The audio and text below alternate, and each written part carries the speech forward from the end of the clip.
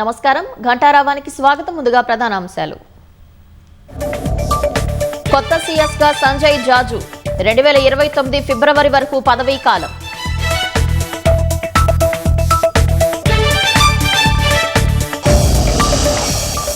ఉమ్మడి ఆదిలాబాద్లో పత్తి సాగుపై ఎల్నినో ప్రభావం. ఆకాశం వైపు ఆశగా చూస్తున్న అన్నదాతలు.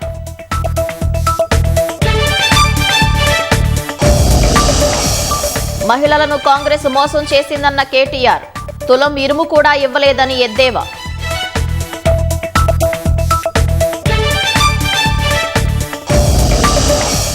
పూణే వ్యాపారి హత్య కేసులో విస్తుపోయే వాస్తవాలు. 2 సార్లు ప్రయత్నించినా చంపలేకపోయిన సియా.